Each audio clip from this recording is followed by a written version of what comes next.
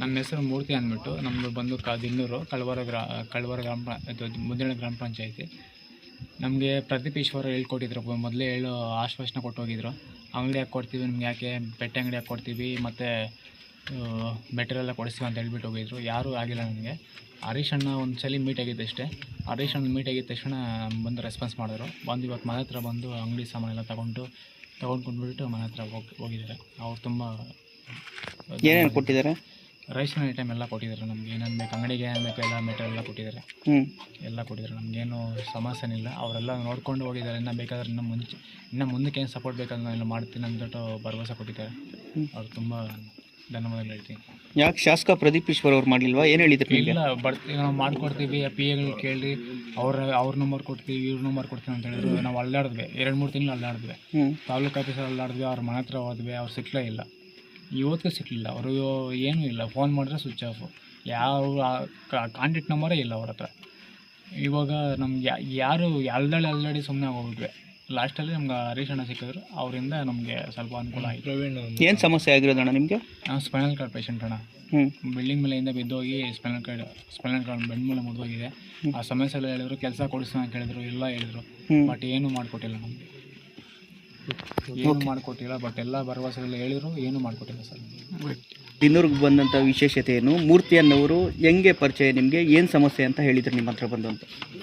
Sir, ಮೂರ್ತಿ ಅನ್ನೋರ ಬಗ್ಗೆ ನನಗೆ ನಮ್ಮ ಪಕ್ಕದ ಗ್ರಾಮದ ನಮ್ಮ ಸ್ನೇಹಿತರು ಸಹೋದರರಾದಂತಹ ಪ್ರವೀಣ್ ಅವರ ಮುಖಾಂತರ ನನಗೆ ಈ ಮಾಹಿತಿ ಬಂತು. ಅಣ್ಣ, ಈ ರೀತಿ ಅವ್ರಿಗೆ ಆರೋಗ್ಯದಲ್ಲಿ ಸಮಸ್ಯೆ ಇದೆ, ಸ್ಪೈನಲ್ ಕಾರ್ಡ್ ಪ್ರಾಬ್ಲಮ್ ಆಗಿದೆ. ಅವರು ಮುಂಚೆ ಎಲ್ಲನೂ ಕಷ್ಟಪಟ್ಟು ಕೆಲಸ ಮಾಡಿ ಜೀವನ ನಡೆಸ್ಕೊಳ್ತಾಯಿದ್ರು.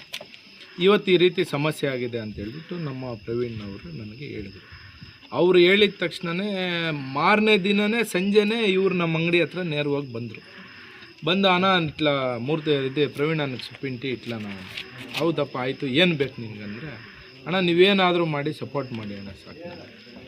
ಆಗ ಏನು ಬೇಕು ಈಗ ಪ್ರೆಸೆಂಟ್ ನಿನ್ಗೆ ಏನೇನು ಕಷ್ಟ ಇದೆ ಅಂದರೆ, ಅಣ್ಣ ಸಂಘದಲ್ಲಿ ಧರ್ಮಸ್ಥಳ ಸಂಘದಲ್ಲಿ 25,000 ಸಾಲ ಇದ್ದೀವಿ ನಾವು.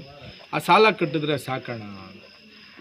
ಒಂದು ಕೆಲಸ ಮಾಡಪ್ಪ, ಆಯಿತು, ನಾವು ಸಾಲ ನೇರವಾಗಿ ಅವ್ರಿಗೆ ಕಟ್ತೀವಿ ಅಂತ ನಾನು ಕ್ರಾಸ್ ಕ್ವಶನ್ ಮಾಡಿದೆ. ನಿಜನ ಸುಳ್ಳು ತಿಳ್ಕೊಬೇಕಂತ.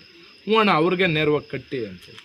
ಆವಾಗ ಇದು ವಾಸ್ತವಾಂಶ ನಿಜ ಅಂತ ಗೊತ್ತಾದ ಮೇಲೆ ಆ 25,000 ನಾವು ಸಂಘಕ್ಕೆ ಕಟ್ಟಿ ಅವ್ರ ಸಾಲ ತೀರಿಸೋ ಅದೇ 25,000 ರೂಪಾಯಿ ಅಮೌಂಟ್ನ ರೇಷನ್ ಐಟಮ್ ಆಗಿರ್ಬೋದು, ಅವ್ರು ಬದುಕಕ್ಕೆ ಏನು ಬೇಕು ಅಂಗಡಿ ವ್ಯಾಪಾರ ಮಾಡ್ಕೊಳಕ್ಕೆ, ಅದೇ ದುಡ್ಡನ್ನ ರೇಷನ್ ಐಟಮ್ ಮುಖಾಂತರ ಅವ್ರ ಅಂಗಡಿಗೆ ಕೊಡಿಸಿದ್ರೆ ಅವನು ಅದೇ ದುಡ್ಡಲ್ಲಿ ದುಡಿದು ಲಾಭನೂ ಮಾಡಿಕೊಂಡು ಅವನ ಜೀವನ ನಡೆಸ್ಕೊಂಡು ಸಾಲನೂ ಕಟ್ತಾನೆ ಅನ್ನೋ ಒಂದು ಉದ್ದೇಶದಿಂದ ಇವತ್ತಿನ ದಿನ ನಾನು ಅವ್ರಿಗೆ ಸಹಾಯ ಮಾಡಿದ್ದೀನಿ. ದೇವರು ಇಂಥ ಯಾವುದೇ ಆಗಿರಲಿ, ಈ ಹಣವಂತರಿಗೆ ಜಾಸ್ತಿ ಕಷ್ಟ ಬರಲ್ಲ, ಜಾಸ್ತಿ ತೀರಾ ಬಡವ್ರಿಗೆ ಕಷ್ಟ ಬರೋದು. ಈಗ ನಾನು ಅನೇಕ ಬಾರಿ ಆಸ್ಪತ್ರೆಗಳ ಸಮಸ್ಯೆಗಳಿಗೆ ನಾನು ಹೆಚ್ಚು ಸ್ಪಂದಿಸೋದು. ಅದರಲ್ಲೂ ಕೂಡ ಆರೋಗ್ಯ ವಿಷಯ, ವಿದ್ಯಾಭ್ಯಾಸ ವಿಷಯ, ಇವೆರಡಕ್ಕೂ ದೇವರು ಶೀಘ್ರವೇ ಇಂಥ ಬಡವರಿಗೆ ಈ ಕಷ್ಟ ಕೊಡದೇ ಇರಲಿ ಅಂತ ನಾನು ದೇವರಲ್ಲಿ ಪ್ರಾರ್ಥನೆ ಮಾಡ್ತೀನಿ ಸರ್. ಈಗ ಶಾಸಕ ಪ್ರದೀಪ್ ಈಶ್ವರ್ ಅವರು ಕೂಡ ಅವ್ರಿಗೆ ಭರವಸೆ ಕೊಟ್ಟಿದ್ರು ಅಂತ ಹೇಳ್ತಿದ್ರು. ಅವರು ಆ ಭರವಸೆ ಕೊಟ್ಟು 3 ವರ್ಷ ಆಗಿದೆ, ಇನ್ನೂ ಈಡೇರಿಸಿಲ್ಲ ಅಂತ ಹೇಳ್ತಿದ್ರು. ಏನು ಹೇಳ್ತೀರಿ ಸರ್? ನಾನು ಶಾಸಕರ ಬಗ್ಗೆ ಇನ್ನೊಬ್ರು ಯಾರೋ ಭರವಸೆ ಕೊಟ್ಟಿರೋರ ಬಗ್ಗೆ ಮಾತಾಡೋಷ್ಟು ದೊಡ್ಡವನು ನಾನಲ್ಲ. ನನ್ನ ತಂದೆ ತಾಯಿ, ನನ್ನ ನಂಬಿರೋರು, ನನ್ನ ಜೊತೆ ಇರೋರು, ನನ್ನ ಸ್ನೇಹಿತರು, ನನ್ನ ಹಿತೈಷಿಗಳು, ನನ್ನ ಮಾರ್ಗದರ್ಶಕರು ಯಾರ್ಯಾರು ನನ್ನ ಪರ ನಿಂತ್ಕೊಳ್ತಾರೋ ಅವ್ರ ಪರ ಕೆಲಸ ಮಾಡೋ ಅಂಥವ್ನು ನಾನು ಆಗ್ತೀನಿ ಸರ್. ಅಲ್ಲ, ಈ ರೀತಿ ಆಶ್ವಾಸನೆಗಳು ಕೊಟ್ಟು ಮಾಡದೇ ಇರೋದು ಅನಿಸ್ತದೆ ಅಂತ. ಮುಂದಿನ ದಿನಗಳಲ್ಲಿ ಎಲ್ಲ ಸೇರಿ ಅವರೇ ಒಳ್ಳೆ ಪಾಠ ಕಲಿಸ್ತಾರೆ ಸರ್. ಸ್ಕೂಲ್ ಇದು ಓದ್ತಾ ಇರ್ತೀವಿ, 1ನೇ ಕ್ಲಾಸ್, 2ನೇ ಕ್ಲಾಸ್, 3ನೇ ಕ್ಲಾಸ್ ಅಂತ. ಕರೆಕ್ಟಾಗಿ ಎಕ್ಸಾಮ್ ಬರೆದ್ರೆ ಪಾಸ್ ಆಗ್ತೀವಿ, ಬರೀಲಿಲ್ಲ ಅಂದರೆ ಫೇಲ್ ಆಗ್ತೀವಿ ಅಷ್ಟೇ.